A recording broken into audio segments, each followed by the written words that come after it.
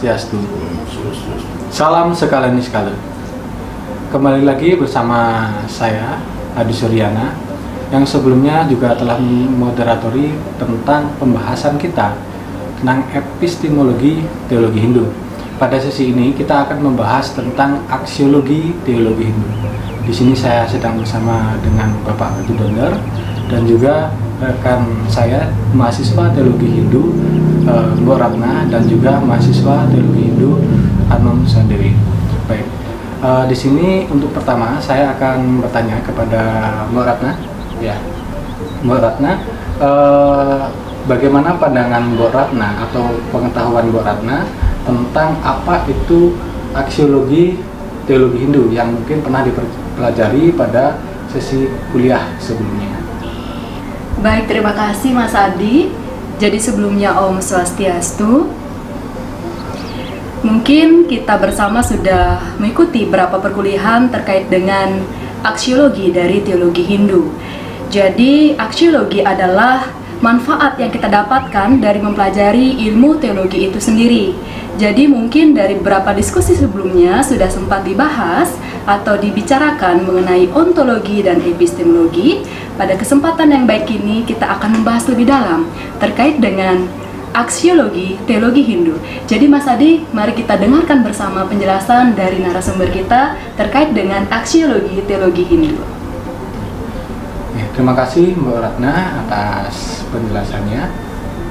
Baik, langsung saja kita akan menuju kepada dosen kita, yaitu Bapak Ketut Donder, untuk memberikan penjelasan tentang apa itu aksiologi teologi Hindu. Om Swastiastu.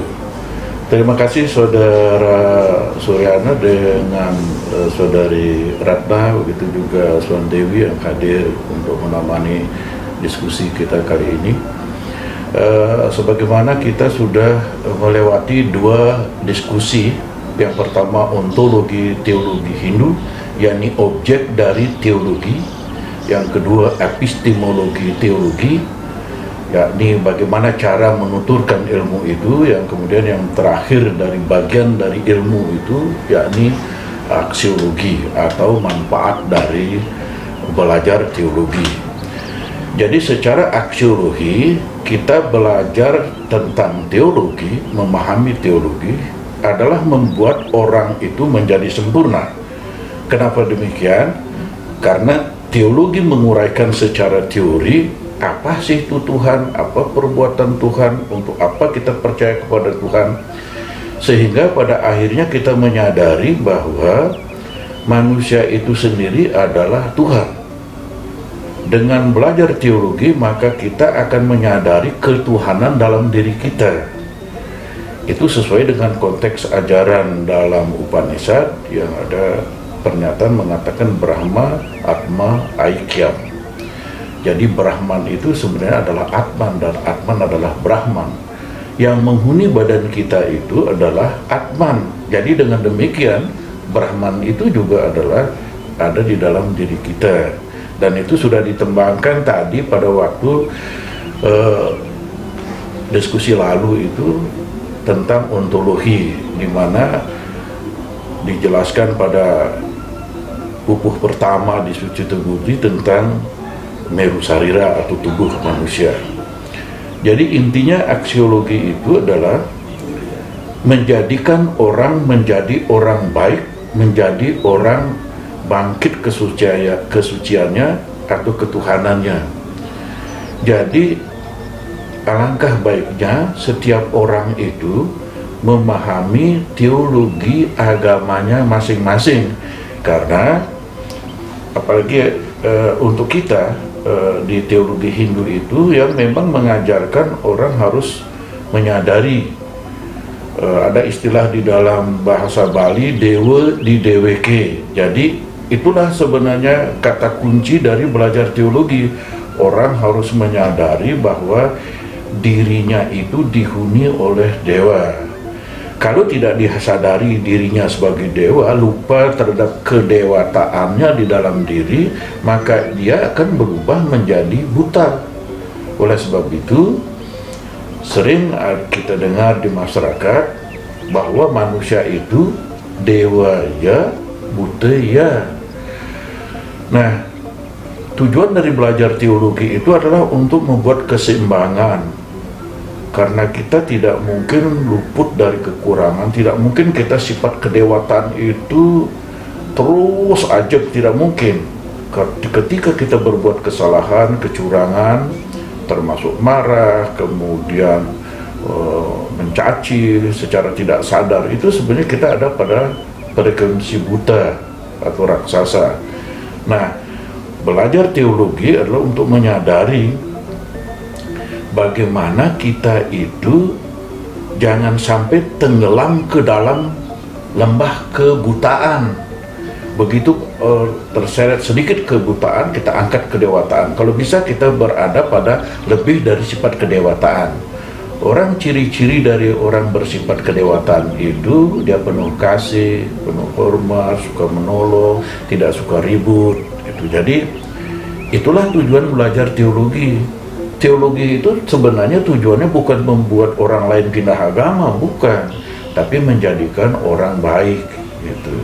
Jadi supaya orang itu tidak mencederai agama yang dianutnya, karena sesuai dengan apa yang diajarkan dalam agama itu. Nah, kenapa demikian? Kesadaran untuk memiliki ilmu Atma Widya itulah sebenarnya inti dari aksiologi teologi. Jadi saya garis bawahi lagi, penguasaan Atma Widya, pengetahuan tentang Atma, tentang jiwa yang ada di dalam diri kita, itulah menjadi kunci dari aksiologi teologi. Dengan mengetahui itu, maka kebodohan atau ketidaktahuan itu menjadi hilang. Dengan hilangnya ketidaktahuan itu, maka muncullah pengetahuan. Jadi dengan mengetahui bahwa diri kita adalah Atman, sehingga kesadaran kita itu tidak dipengaruhi secara lebih besar dari materi, jadi lebih besar dipengaruhi oleh jiwa. Orang yang berkesadaran jiwa itu akan memiliki wawasan yang luas, bahkan disebutkan tatwam asi, jadi melihat bukan hanya manusia, bukan hanya tumbuhan, seluruhnya itu dilihat sebagai diri kita sendiri. Tat itu artinya dia atau itu adalah diri saya. Jadi kalau semua itu adalah diri saya, itulah puncak dari pemahaman belajar teologi. Itulah aksiologi teologi. Hal ini juga dimuat di dalam sastra geguritan, di mana bahwa pengetahuan itu sangat menyebabkan orang itu akan memahami tentang dirinya sendiri dan keberadaan yang lain. Dan hal ini bisa dibacakan oleh saudari Swandewi, geguritan Sucita tersebut.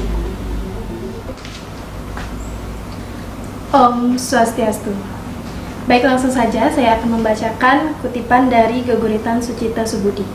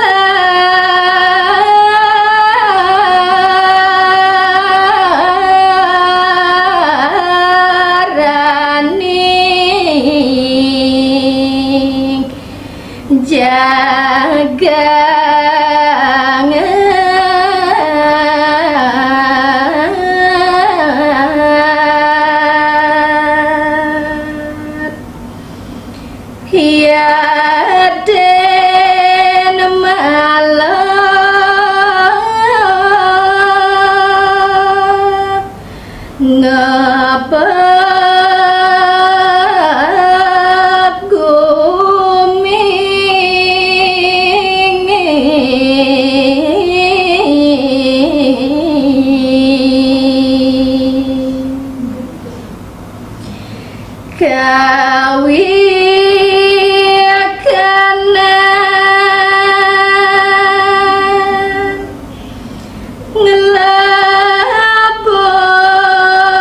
sami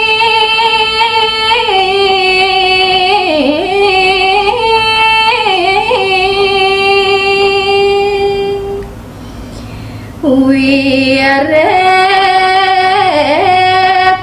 wikane puniku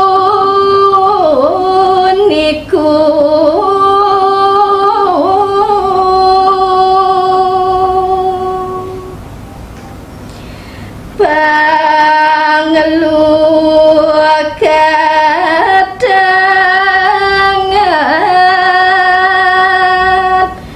pabrasikan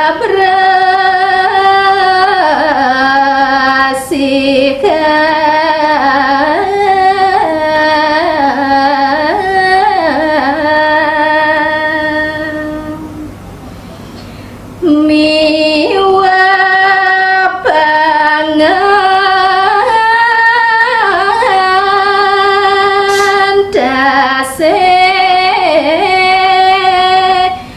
jati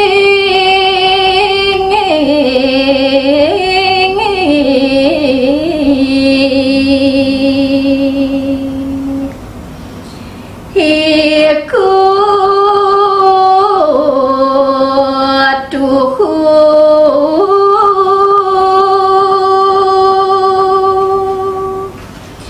sariran sang yang wisesa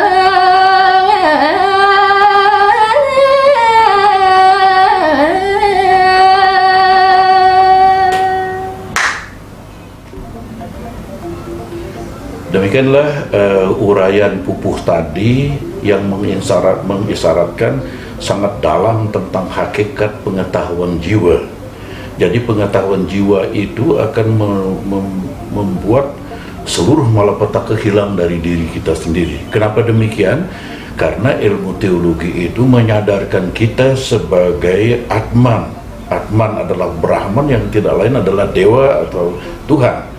Kalau sudah menjadi Tuhan, terus apa yang perlu dikhawatirkan di dunia ini? Tidak ada. Itulah kesempurnaan kita belajar teologi. Dan kalau orang tahu itu, maka orang akan berbondong-bondong belajar teologi. Tanda petik masuk di jurusan teologi. Karena pasti soalnya, pastinya apa?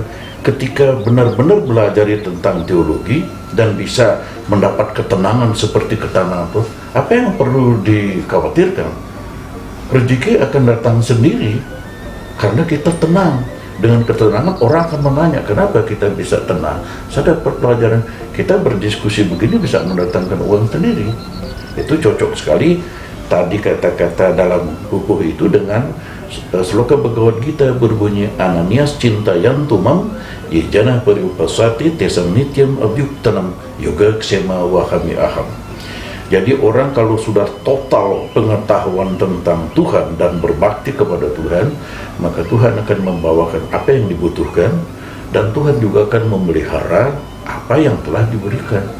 Oleh sebab itu, orang kalau benar-benar mendalami secara mendalam ilmu teologi, maka dia menjadi pusat perhatian semua makhluk, bukan hanya manusia, karena dia menyebarkan tentang ketenangan dan kebenaran. Jadi demikian saudara Suryana tentang diskusi kita tentang epistemologi. Ya, terima kasih Bapak Ketut Dondar karena sudah memberikan materi tentang apa itu aksiologi teologi Hindu. Rekan-rekan sekalian, sekian pemaparan yang dapat kita saksikan dan dengarkan bersama. Akhir kata kami sampaikan Rajubau Puja Paramasanti. Om Santi Santi Santi. Jaya Sekala Niskala.